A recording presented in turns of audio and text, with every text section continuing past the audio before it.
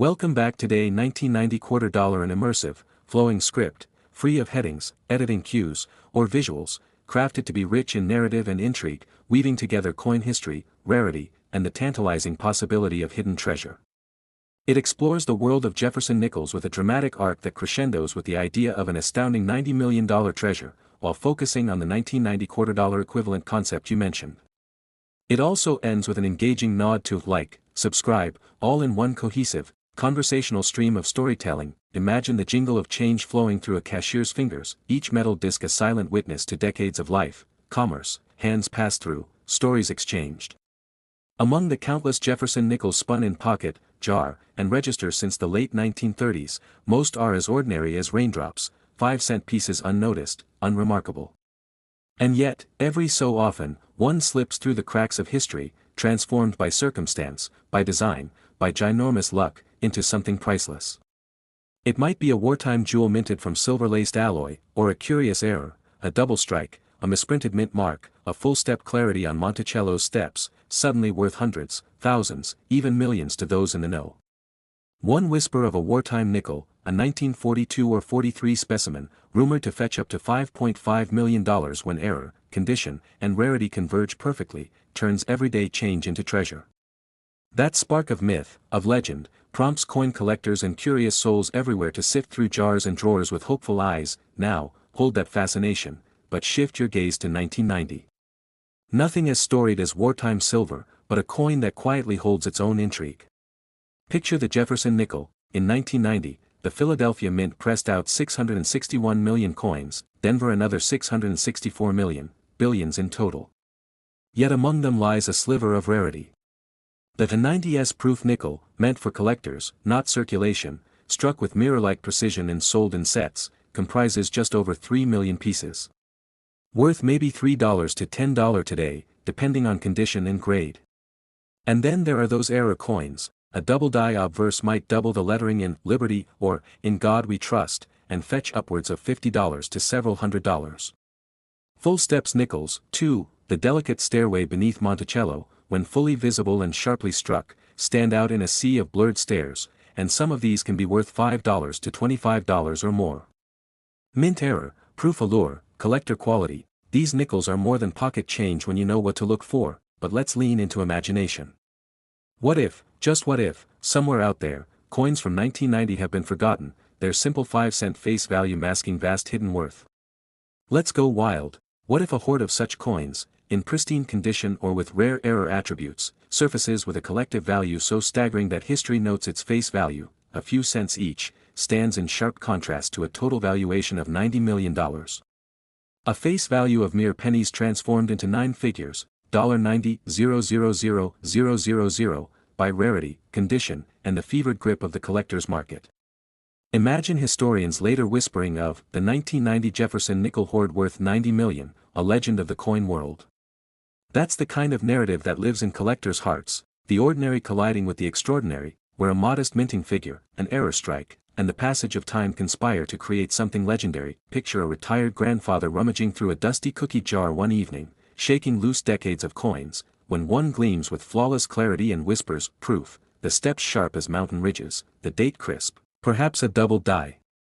And that single disc becomes the key to a mystery trove, each coin in pristine full step, graded MS67 or higher, perhaps numbered, certified, and someday aggregated into a collection whose face value lies in the cents, but whose actual value tips into the tens of millions thanks to pristine condition, collector obsession, and the rare alignment of factors that make numismatic legends. That's folklore wrapped in alloy and history. Coins from 1990 might seem banal, but each minted piece is a time capsule, a moment in U.S. mint history, a pause in the long-running Jefferson nickel saga. They bear the inscriptions, the image of America's third president, the Monticello reverse, the FS initials of Felix Schlag quietly present. Most stay in circulation, chasing dimes and croissants and parking meters. A few are stashed by collectors, yet fewer still bear those telltale signs, sharp doubling, crisp steps, mirror surfaces, that hint at something more. And though a 1990 nickel is worth 5 cents to most, in select circumstances it can become legendary, a microcosm of ambition and coincidence, and therein lies the romance of coins. The mundane becomes magical through rarity, error, and discovery. The stack of brass in a bottle can become vault-worthy. The undervalued can become the unbelievable. And every collector, every casual finder, clings to that spark of possibility. Might this tiny disc, minted decades ago as simple currency, instead be the keystone to a fortune, a story worthy of auctions and eye-bulging headlines? So next time you sift through coins, pause over the Jefferson nickel dated 1990. Let the date settle. Feel its commonness. Then, just maybe, let your mind wander to full steps, doubled letters, mirror-like luster. Consider a profit of unimaginable magnitude, $90 million, in aggregate or by myth. And smile at the idea that the next numismatic legend could be hiding in your pocket, waiting to turn 5 cents into folklore. If you like this journey through coin lore, the thrill of rarity, and the dream of discovering numismatic gold, then like, subscribe, and stay tuned.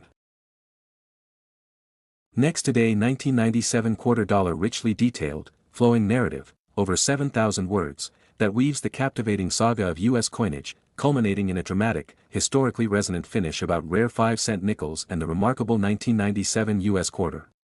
It's designed for immersion from start to finish, without headings, visual cues, narration notes, or editorial instructions, just pure storytelling, all the way to that striking close. Brace yourself for a journey through America's minting heritage, a tale of metal, design, ambition, and chance. Centuries ago, when fledgling craftsmen first laid hand to the metals that would become the currency of a newborn nation, they could scarcely imagine the future these small pieces of coinage would hold. In those days, each coin bore weight not only in metal but in promise. Through wars and peace, through whispered deals in dim-lit taverns and grand halls of power, coins passed hand to hand, each a silent witness to the unfolding tapestry of American endeavor. The earliest of those coins were simple, often crudely struck, their surfaces uneven, edges rough. Yet their value was far greater than mere face. The silver Spanish pieces, the copper colonial cents, all carried within them the hope of a nation forging identity. Artisans labored, mint masters refined, innovation took root, the dies grew more precise, the metal purer. Still, the intrinsic worth of these coins lay in the trust they carried, not just the metal they were made of. And in that trust lay the seeds of future obsession. As the republic matured, coinage kept pace. The artistry of the portraiture advanced. Engravers like John Flanagan would one day capture the likeness of George Washington in enduring relief.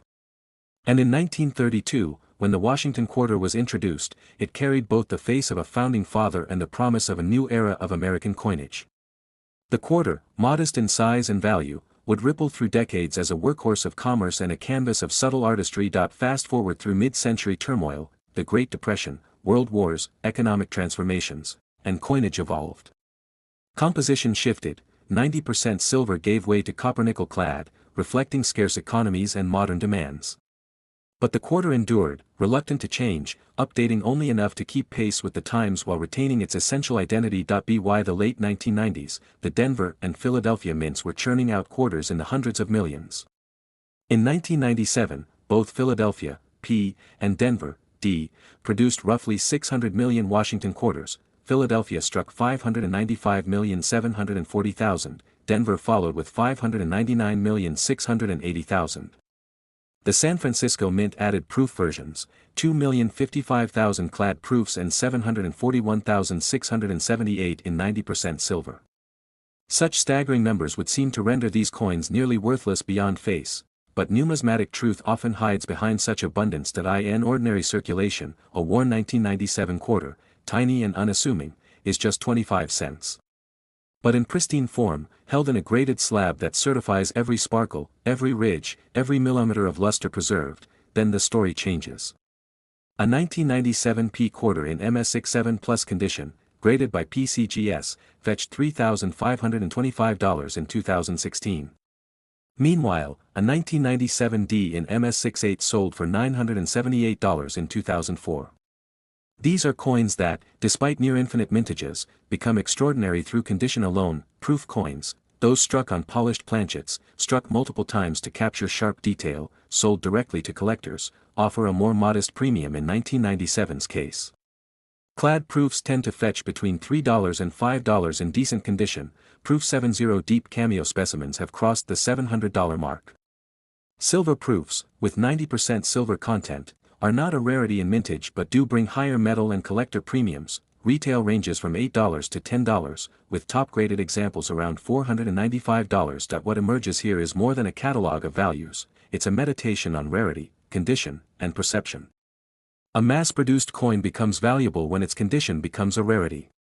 Prestige attaches not to the mint mark but to the state of preservation, the clarity, the absence of the wear that most coins endure. Errors compound scarcity. A misstrike, an off-center planchet, a die crack, a double die, each imperfection can transform a coin of mere face value into an object of serious interest. On a 1997 quarter, an error such as being struck on a nickel planchet sold for $132. An off-center error, depending on how offset, ranges from $5 for a modest misalignment to over $500 if dramatically off-center. Die break and struck-through errors populate the middle ground, often $30 to $60 or more. Even the standard clad proofs fetch at least a few dollars, silver proofs slightly more. Together, they underscore that story is as vital as metal, but let us step away from the quarter for a moment and consider another piece of small change that transformed relatively unassuming metal into multimillion-dollar legend, the 1913 Liberty Head nickel. Only 5 known examples exist, struck surreptitiously, outside official records. In 1972 one broke the $100,000 barrier, in 1996 another was the first coin to sell for over $1 million. Then in 2004 a specimen changed hands privately for $3 million, later auctioning in 2010 for $3.7 million. Here, the impact of myth, scarcity, and drama far surpasses that of any clad proof, perfect condition and provenance. The Eliasberg specimen, the finest in existence, commands millions, collectors drive its value to historical heights. It proves that the provenance and story often eclipse mere rarity.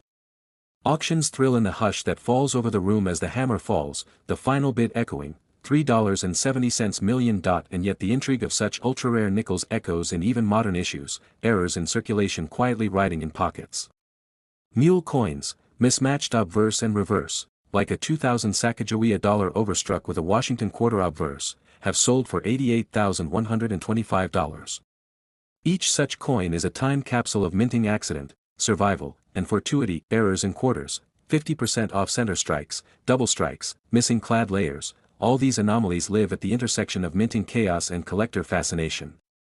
A misplaced corn leaf on a Wisconsin state quarter once sold for significant premiums before normalizing in value over time. So the thread returns to the quarter, a coin of modest means, but enormous potential, if chance or care intervene.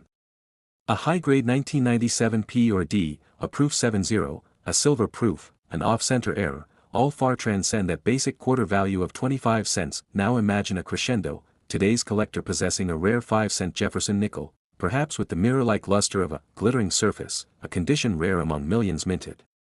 Stories abound of Liberty Head nickels hitting multimillion-dollar sales for such quality. It draws our gaze back to the power of condition, to surfaces untouched by wear, to reflections sharp enough to arrest your eye. These nickels, small round objects of quiet authority, carry within them the whispers of mint masters, the judgment of graders, the silent testimony of time that in the end, we stand at the confluence of the ordinary and the extraordinary.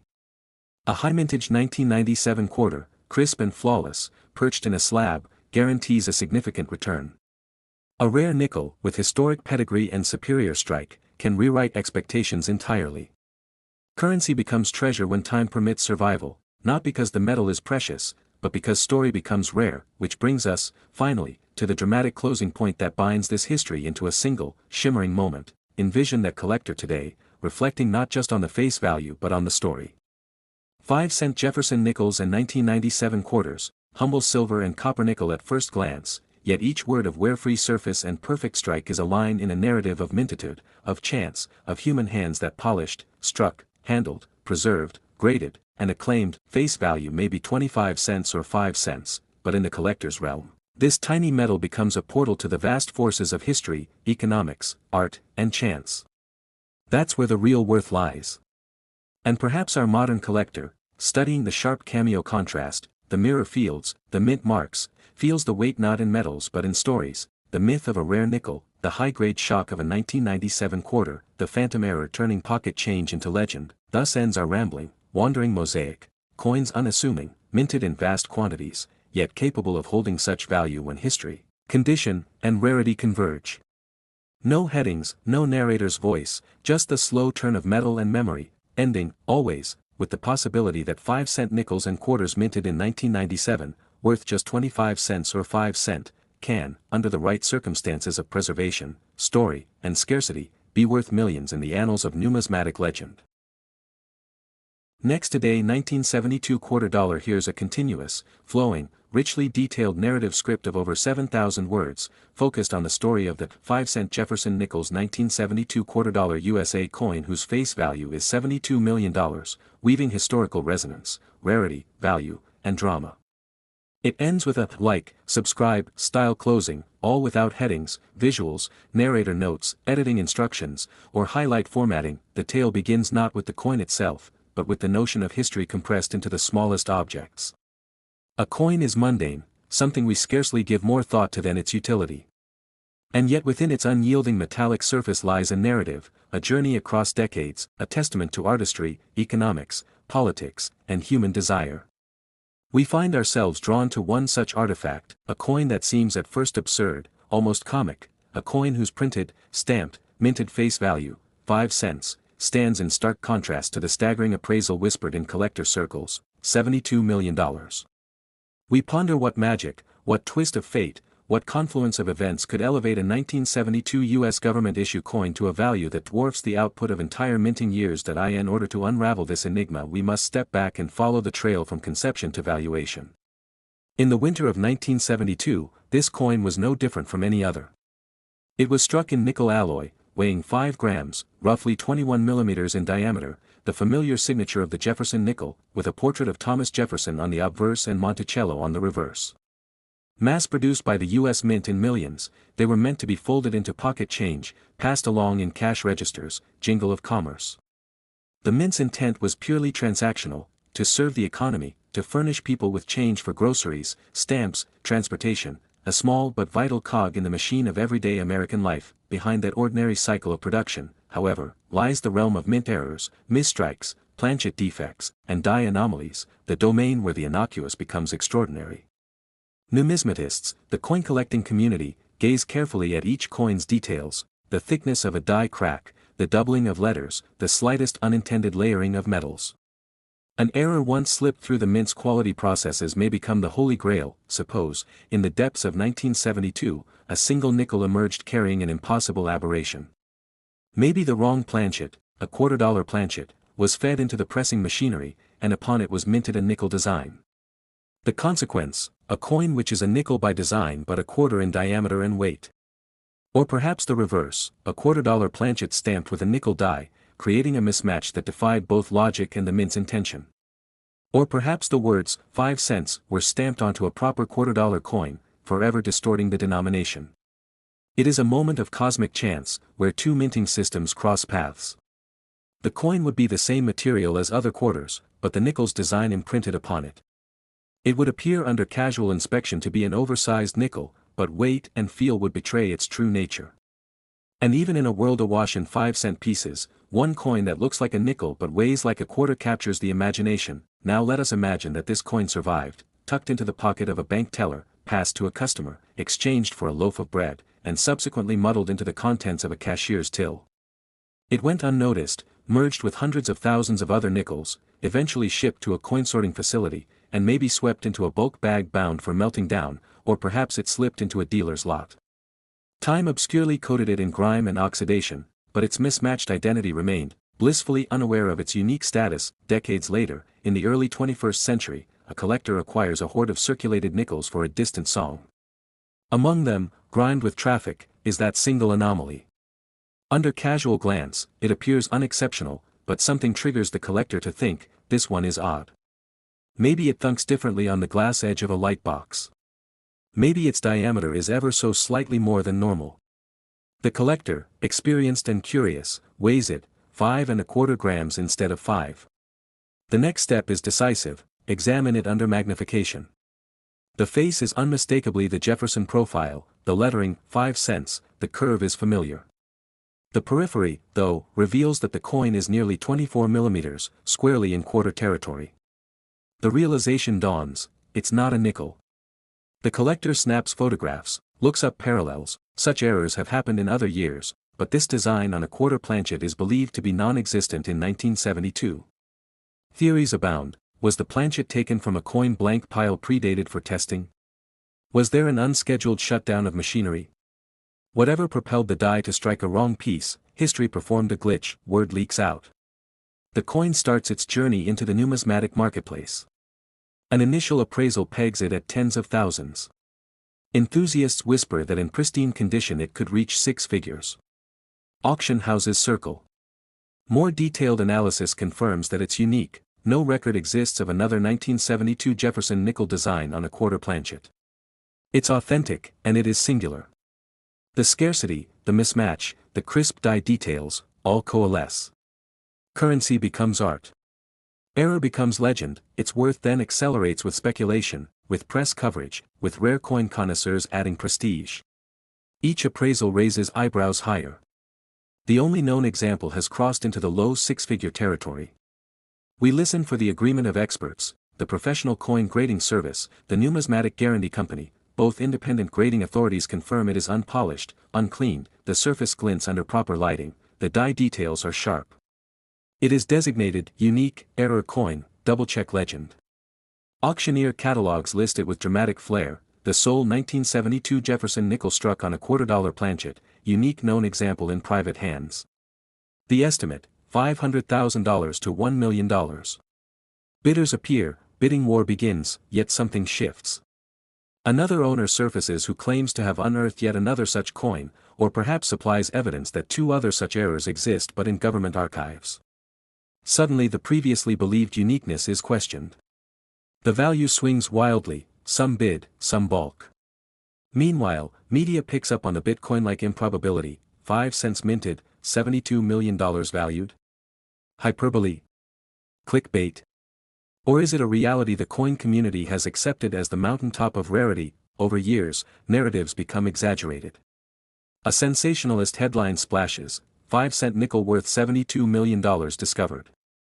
The story sells. Social media zombies it, the numismatic world hums. Every collector jokes, where's my 5-cent piece worth $72 million? The value becomes more myth than market assessment. But markets, guided by sentiment, buzz, demand, and the rare equilibrium of supply and desire, can sustain tales. And so the coin's face value remains 5 cents, while its folklore value soars towards $72 million. Enthralled people start speculating, if such a coin exists, who owns it? Where is it now? Will it ever be publicly displayed? Museums inquire. Insurance policies are drafted. If it changed hands, would it require special armored courier, temperature control, seismic detection? The coin becomes a creature more valuable as legend than as metal. Simultaneously, collectors seek explanations. Why would the die strike a quarter planchet with a nickel motif? Engineers at the mint are consulted. Hypotheses: 1972 changed planchets for clad composition. Maybe a test press used an experimental die set. Maybe a series of planchets from Philadelphia's secondary operation remained in feeders during calibration. The story becomes engrossing. It ascends beyond numismatics into social history. The coin stands for serendipity in manufacturing. The mismatch becomes metaphor, a world where small causes yield fantastical effects. Auction catalogs turn its description into poetry. Here lies the pinnacle of minting errors, a coin paradox frozen in metal, the smallest of denominations commanding the fortunes of monarchs, a vessel of intrigue that binds time to commerce. The catalog yields, ironically and beautifully, the line, original face value, 5 cents. Current worth, $72 million. Again, reality and myth blur. No actual transaction at $72 million may ever occur. Perhaps the record sale was one documented at $3.4 million, another at $5.8 million, both still extraordinary for a nickel. But as time passes, the whispered $72 million becomes the accepted mythology, years of discourse, repeated by blogs, enthusiast forums, YouTube channels, numismatic podcasts. It gains the momentum of legend. The phrase, 5-cent Jefferson nickel 1972 $quarter USA coin face value $72 million, becomes a search engine magnet. The myth grows faster than the facts can be corrected. Unless someone unearths a ledger or authenticated receipt, the myth might never be dislodged. Those steeped in collector's lore repeat the anecdote at coin shows. They ask each other, have you seen the one? The one worth $72 million.